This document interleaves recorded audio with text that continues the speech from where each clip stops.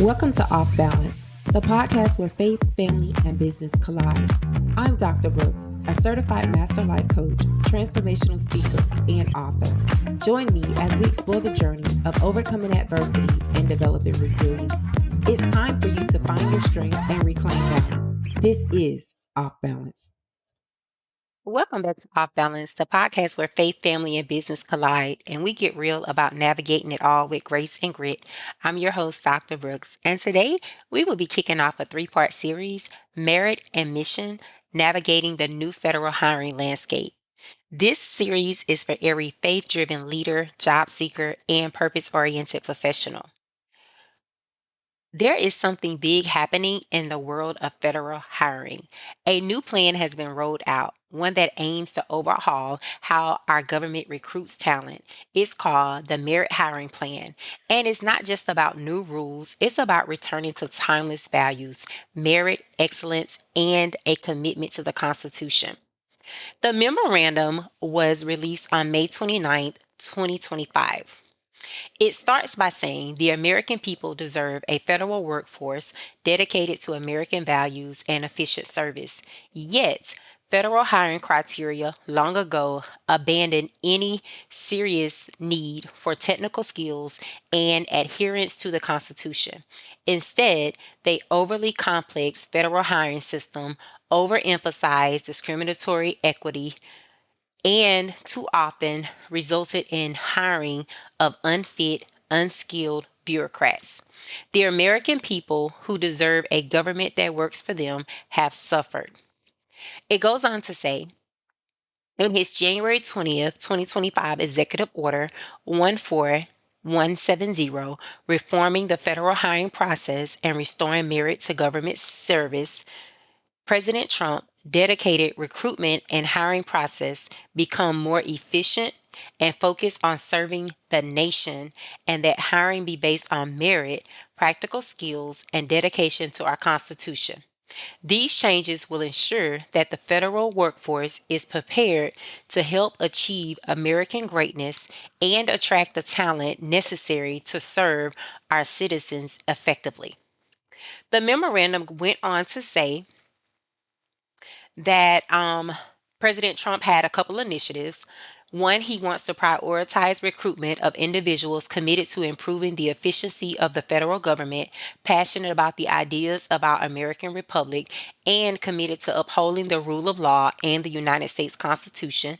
Number two, prevent the hiring of individuals based on their sex, race, or religion, and prevent the hiring of individuals who are unwilling to defend the Constitution or to fairly serve the executive branch. And the third thing was implement to the greatest extent possible technical and alternative assessments required by the Chance to Compete Act of 2024. The fourth thing, decrease government-wide time to hire to under 80 days.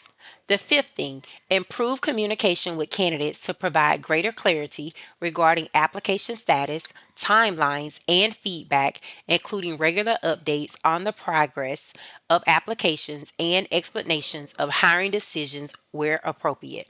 Number six, integrate modern technology to support the recruitment and selection process, including the use of data analytics to identify trends, gaps, and opportunities in hiring, as well as leveraging digital platforms to improve candidate engagement. And number seven, ensure department and agency leadership or their designees are active participants in implementing the new processes and throughout the full hiring process. And so the final part, I won't read all of it, but it says, finally, the merit hiring plan must provide specific best practices for the human resources HR function in every agency, which each agency head shall implement. And then it names some HR best practices. The key elements of the merit plan are reforming the federal recruitment process to ensure that only the most talented, capable, and patriotic Americans are hired to the federal service. The second thing was implementing skill based hiring, eliminating unnecessary degree requirements, and requiring the use of rigorous job related assessments to ensure candidates are selected based on their merit and competency, not their skin color or academic pedigree. The third thing was streamlining and improving the job application process. And the final thing was reducing the time to hire to under 80 days by emphasizing the use of talent pools and shared certificates and streamlining the background check process. That is a brief synopsis of the merit hiring plan. And so I'm so excited. So let me just share a story with you. As many of you know, I am an HR professional. I've been an HR professional for the federal government for 15 years. I love, love, love working for the federal government. But I want to share a story with you guys when I first started my federal career back in 2010. I met this young man. He was so intelligent. He was hardworking. He was deeply principled. Like he was really good at what he was doing. He applied for a federal role because he said he wanted to serve, he wanted to make a difference. But during the federal hiring process, he would come by the office and let me know that he kept hitting barriers. His faith-based education was dismissed, so he had a degree in theology, and I think he also had I can't remember, it was some other type of faith-based degree. And so his resume was overlooked. And to him, the process felt like it was impersonal. He felt like he was tangled in bureaucracy. And so when it comes to this merit plan, it seeks to change that. So in today's episode, we're going to unpack what the merit hiring plan is, why it matters, and how it could open doors for individuals like you, those with conviction, character, and a calling to serve. So, what is the merit hiring plan? I read you guys a brief synopsis of it. And so, we're just going to go in just a little bit more. So, at its core, the merit hiring plan is a directive to federal agencies to do better, much better, in how they hire. The plan was created in response to Executive Order 14170, which called for a return to merit, practical skill, and constitutional commitment in hiring. It sets seven major goals, from speeding up hiring times to eliminating discriminatory quotas to using actual skill based assessments instead of just resumes or degrees. It aims to bring clarity, transparency, and integrity back into the hiring process. So, this is not just bureaucracy talk, it's actually a chance to serve with honor. And so, why this matters to people of faith? So, as believers, we're called to be stewards, to lead with diligence, to work as if unto the Lord.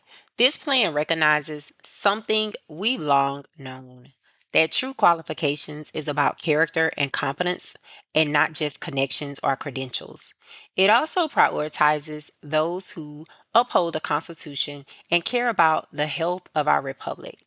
That alignment with deeply held values can be a breath of fresh air for those who felt sidelined or silenced.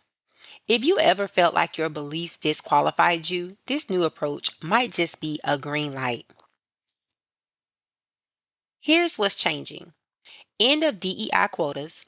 Hiring can no longer be based on sex, race, or religion. It must be based on merit. The second thing is skill first hiring, technical assessments, not just resumes. Faster timelines. Under 80 days to hire is the new goal. Clear communication. Regular updates and feedback for applicants.